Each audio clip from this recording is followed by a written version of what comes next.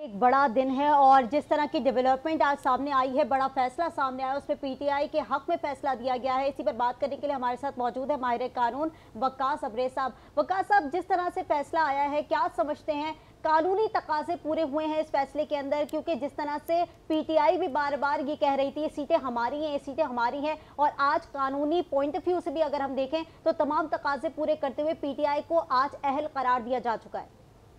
I think this is a landmark decision in the political and judicial history of Pakistan. और इस फैसले के अंदर जो आपने बात की कि कानूनी तकाजे पूरे होते नजर आए, बिल्कुल इस फैसले के अंदर आइन की हाकमियत और बालादस्ती की जो है ना वो एक हमें कवि झलक नजर आई। वो इसलिए कि आइन का आर्टिकल 51 और 106 जो है, ये दोनों आर्टिकल्स हैं जो कि नेशनल असम्बली के अंदर, प्रोविंशियल असम्बली के अंदर जो है प्रोपोर्शनेट रिप्रेजेंटेशन की बात करते हैं। और जो भी मेंबर्स जीतते हैं उनके बिहाफ के ऊपर, उनकी प्रोपोर्शनल रिप्रेजेंटेशन की बुनियाद के ऊपर जो 70 नशिस्तें हैं हमारी कौमी असम्बली में 10 अक़लियतों की और 60 खवातीन की, उसको डिवाइड किया जाता है। जो जो पार्टी के जो जिन्होंने जिस अक़लियत से अपने जो है वो मेंबर्स वहाँ पे उनके मौजूद होते हैं। तो मैं ये समझता हूँ कि इलेक्शन कमीशन ऑफ पाकिस्तान की ये एक बहुत बड़ी नाइंसाफ़ी थी कि ये जो इनकी महसूस नशिस्तें थी वो दीगर जमातों के अंदर तकसीम कर दी गई।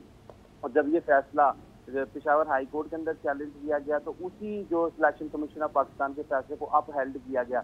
लेकिन आज का जो फैसला है ये पाकिस्तान की पॉलिटिकल जुडिशियल हिस्ट्री के अंदर बहुत ज़्यादा अहमियत का हामिल है, क्योंकि इससे पहले जो जम्पशन थी, प्रजम्पशन थी, हिपोथेसिस थी, कुछ लोगों का ये कहना था कि शायद आज का जो फैसला है वो नजरिया जरूरत के मुताबिक दे दिया जाएगा, जिस तरह 1954 के अंदर जस्टिस मुल्ज़म मलिक की अदालत ने दिया। लेकिन आज का जो फैसला है इसमें 3-4 चीजें बड़ी इंपॉर्टेंट थी। और आज से 4-5 महीने पहले जब हम इस केस के ऊपर बात करते थे, I was very clear on this point कि पीटीआई की जो जमात थी वो तो मौजूद थी, इनसे तो सिंबल लिया गया था। तो पीटीआई का जो सबसे बड़ा एरर था, ये इनके पार्ट में बहुत बड़ी कच्ची थी, ये नक्श था, वो ये कि आपको सुन्नी इत्तेहाद कौंसिल के साथ अलाइनमेंट की जरूरत ही नहीं थी। आज के फैसले के अंदर भी ये कहा गया कि पीटीआई बतौर सियासी जमात तो मौजूद है, क्योंकि अगर किसी भी सियासी जमात को आपने खत्म करना है तो उसके लिए आइन के आर्टिकल 17(2) के तहत इंटीरियर मिनिस्ट्री उसको बैन करेगी और फिर रेफरेंस सुप्रीम कोर्ट में भेजेगी और फिर वो पॉलिटिकल पार्टी डिसॉल्व होगी। जब आपकी पार्टी पहले से ही इलेक्शन कमीशन की इन लिस्टेड पार्टीज की लिस्ट के अंदर मौजूद है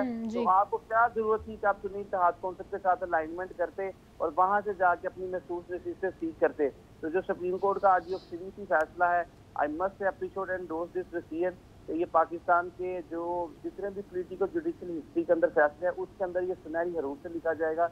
और आज जिसका ये शरीफी फैसला है और इसके अंदर जो अब 15 दिन का टाइम दे दी गया पीटीआई को, और इसके अंदर सबसे इम्पोर्टेंट चीज़ ये थी कि हमने हाल ही के अंदर 63(1)(a) का फैसला देखा, जो बहुत कंट्रोवर्शियल हुआ। फिर जुल्फ़िकार अली भुट्टो का फैसला जो था वो भी रिवर्स कर दिया गया कि वो भी जो फैसला था गलत था। लेकिन आज भी जो सुप्रीम कोर्ट ने फैसला दिया, शायद कल कला को जो आने वाली सुप्रीम कोर्ट है इस पर उंगलियां नहीं उठेंगी। अच्छा वक्कास साहब, आपने आर्टिकल 51 की बात की। अगर आर्टिकल 51 की अगर हम बात करें तो उसमें ये भी वाज़ेह तौर पर कहा जाता है कि सियासी जमातों के हुकूक यकीनी बनाता है वो।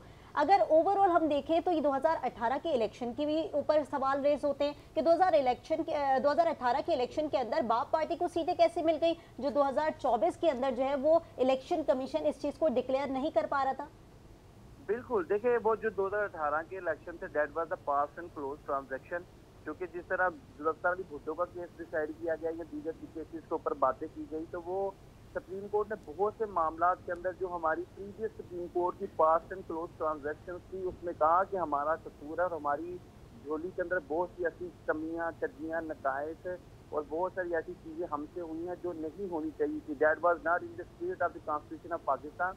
लेकिन अब जो आज का फैसला है, अगर हम इस पढ़ाई के अंदर देख लें तो अगर कल को सुप्रीम कोर्ट ने कोई गलती की थी और ये इस चीज़ की कभी भी तस्दीक या दलील नहीं हो सकती कि आज भी सुप्रीम कोर्ट उसी चीज़ों को लेकर चले, तो आज का जो फैसला है ये हमारे माजी के तमाम फैसलों में से एक बेहतरीन फैसला है कि शायद आइंदा आने वाले वक्त में से हमें क्रिटिसिज्म फेस नहीं करनी पड़ेगी, क्योंकि इस फैसले के अंदर ठीक है वक्कास अब्रेज साहब, आपका पॉइंट हमारे पास आ गया। आपने कहा कि माजी के फैसलों से ये बेहतरीन फैसला है।